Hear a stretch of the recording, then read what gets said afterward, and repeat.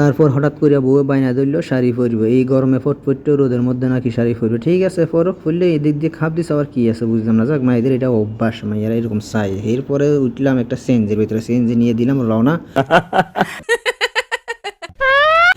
রওনা দিতে কিছুক্ষণ পরেই দেখলাম এরা সুন্দর সুন্দর গেট মাঠ, ভিতরে দেখছেন অনেক সুন্দর অনেক বড় একটা মাঠ। তো ইতিমধ্যে হয়তো আপনারা এটা দেখে বুঝতে পারছেন, দেখছেন একটা কামান গেট, এত সুন্দর মাঠ দেখে বুঝতে পারছেন হয়তো এটা কোন একটা সংরক্ষিত এলাকা। হ্যাঁ অবশ্যই এটা সংরক্ষিত এলাকা, কিন্তু কোন জায়গায় এটা আপনারা একটু গেস করেন, আমি বলবো না। যাই হোক এরপরে যদি হয়তো রাস্তা দেখলে আপনারা বুঝতেই পারবেন।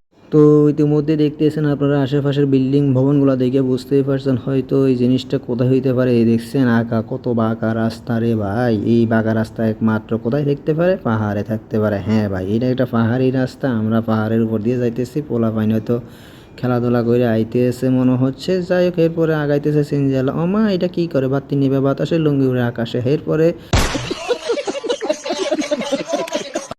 পোলাপাইনরা মনে হচ্ছে এগুলো কোথায় কাজ কাম করিয়ে আইতেছে, আগে ভাবছিলাম খেলাধুলা করে আইতেছে না। তারপরে এই যে সিনজেলা যে টান দিতেছে রে মামা, যেন হেলিকপ্টার চালায়। হেলিকপ্টারটা তো এত জোরে চালায় না মনে হয় যে জোরে চালাইতেছে। তো হয়তো এমনও হইতে পারে আমার সাথে আমার বউ আছে, হেতে একটু ভাব নিতেছে মনে হইতেছে, কিন্তু হেতে জানেন আমার বউ আমার কত ভালোবাসে। এরপরে দেখতেছেন কেতা কম্বল নিয়ে এরা মনে পাহাড়ের ভিতরে থাকবো, বেচালার মানুষ হয়তো পাহাড়ে চলে যাইতেছে। এরপর দেখতেছেন পাহাড়ের দুই পাশে না এক পাশে বাম পাশে কত বড় একটা নদী নালা, না এটা তো নালা না, এখানে নালা কই পাইবে, এখানে হচ্ছে বিষয়টা একটু ব্যাখ্যা করবেন। এটারে কি বলে আপনারা বলেন তো, এটারে বলে লেক। আচ্ছা লেকের ধারে দেখছেন কত সুন্দর সুন্দর রমণীরা এরা দাঁড়ায় দাঁড়ায় কথা বলতেছে, গল্প করতেছে। তো আমরা যাইতেছি সামনের দিকে আগাইতেছি, এটা হচ্ছে হাটাজারি। তার মানে আমরা যাইতেছি কোথায়, হাটাজারি। না রে ভাই হাটাজারি যাবো না, এটা আসলে হাটাজারিতে যাওয়া যায় এই রাস্তা দিয়ে। ঠিক আছে এই যে বুঝছেন আপনারা কোথায় রাস্তাটা, না বুঝতে বলে দিচ্ছে। এটা হচ্ছে চট্টগ্রাম সীতাকুণ্ড ভাটিয়ারি থেকে যে পূর্ব দিকে বড়দিঘির পাশ যাওয়ার রাস্তাটাই হচ্ছে এইটা। অনেক সুন্দর একটা রাস্তা রে ভাই, সংরক্ষিত এলাকা। এখানে রমণীরা আবারও দেখতেছেন দাঁড়ায় দাঁড়ায় কথাই বলতেছে, কি সুন্দর, আমি বিশ্বাস করি না।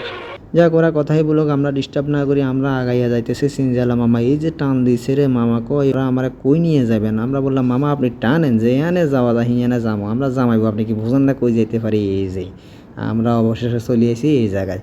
তো এই জায়গাটার নাম হচ্ছে আপনারা দেখতে পারছেন কোন জায়গায় আসছি আমরা। আপনি कौन सब्जेक्ट अच्छा लगता है? बैगन।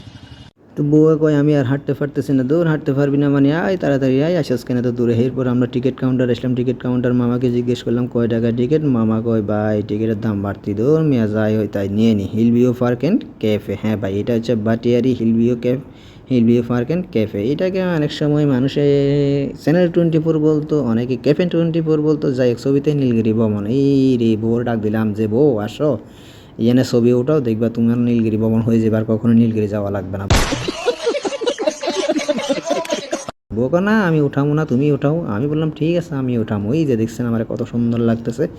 বোর আমি এটা বুঝাতে পারলাম না। যাই হোক ছবি টবি উঠাইয়া সামনের দিকে আগাইলাম, আগাইয়া দেখতেছি দুই পাশে সবুজ সুন্দর সুন্দর লম্বা লম্বা বড় বড় মোটা মোটা চিকন চিকন ছোট ছোট গাছ, সবুজ সবুজ গাছ, সুন্দর সুন্দর মানুষ আছে, ভাই আছে, বোন আছে, বন্ধু আছে, বান্ধবী আছে। কিন্তু আমার কষ্ট লাগলো এরা এই রোদের মধ্যে এই গাছগুলা কি জন্য কাটতেছে রে ভাই।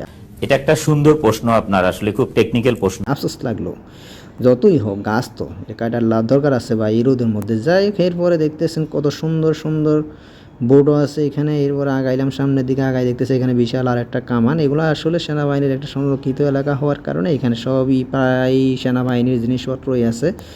একটু পর আপনার সেনাবাহিনীর মূর্তিও দেখবেন, ওই যে সেনাবাহিনীরা দাঁড়াইয়া আছে লাঠি নিয়ে বন্দুক নিয়ে। এরপর এখানে দেখতেছেন একটা বিরাট আম গাছ। বউ কয় আমি আম খাবো, আমি বলি না এখানে আম পাড়া নিষেধ।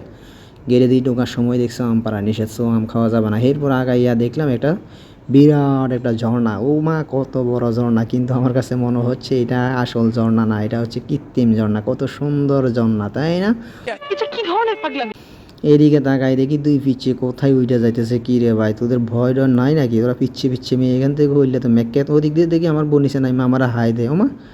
আমি এদিকে পিচ্ছিদেরকে দেখি হে হাই দেয়। আচ্ছা যাই এরপর এদিক দিয়ে আইসা দেখি এক ভাই কোথায় উঠতেছে, মনে হচ্ছে ছবি তুলবে পোজ দিবে। আচ্ছা বেরোয়ার পথে হাতের ডান ভাষা এসে দেখি এখানে নিচ থেকে পানি উঠতেছে। কোথায় থেকে উঠতেছে জানি না, তবে নিচ থেকে উঠতেছে এটাই জানি। হে মা, এরপরে দেখি আর একটা বিরাট ঝর্ণা, একতলা দুই তলা 3 তলা 4 তলা ঝর্ণা, বাবা পিছিয়ে দিয়ে ঝর্ণার উপর দিয়ে উঠে যেতেছে। তার মানে দেখছেন, আপনারা বুঝছেন কত সুন্দর কত বড় ঝর্ণা।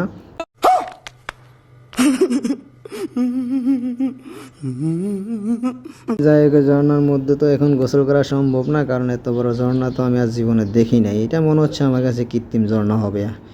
এরপর এই পাশে এসে দেখি বুড়া বুড়ি গোড়াগুড়ি সবাই দোলনা দুলে। আমার বউকে আমি দুলবো, আমি বলি, না ওই যে দেখো আপারা কত বড় বড় আপারাও দোলনার ভিতরে দুলতেছে।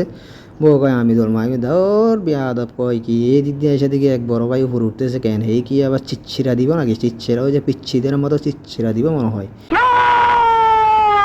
এই থামো। एक्शन। আমি বুঝি না।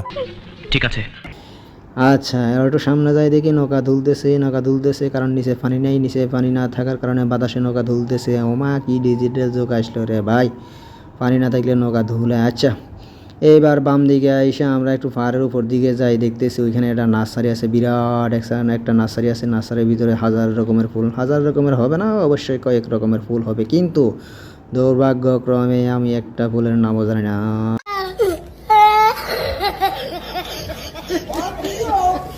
আল্লাহ, এটা কোনো কথা? যাই হোক, নাম জানা লাগবে না, সব ফুলের নাম পাতাবাহারি ফুল, মানে পাতা সুন্দর, এগুলার ফুলও সুন্দর। এটা হচ্ছে জবা ফুল, বুঝছি আমি, এটা চিনছি। এটা হচ্ছে সাদা জবা, এটা জীবনে দেখি নাই, আজকে প্রথমেই দেখতেছি। তবে আমার কাছে জবা ফুলের মতোই মনে হচ্ছে, তাই এটার নাম দিচ্ছে সাদা জবা। এখানে একটা দেখতেছি জবা, এটা গোলাপি জবা। তবে আমাদের গ্রামে আছে লাল জবা, অনেক সুন্দর। এইগুলো হচ্ছে সব পাতাবাহারি। আমি এগুলোর নাম দেবো পাতাবাহারি, কারণ এত নাম এত রিসার্চ করে গবেষণা করে কে জানবো রে ভাই, কোনো দরকার আছে এগুলা?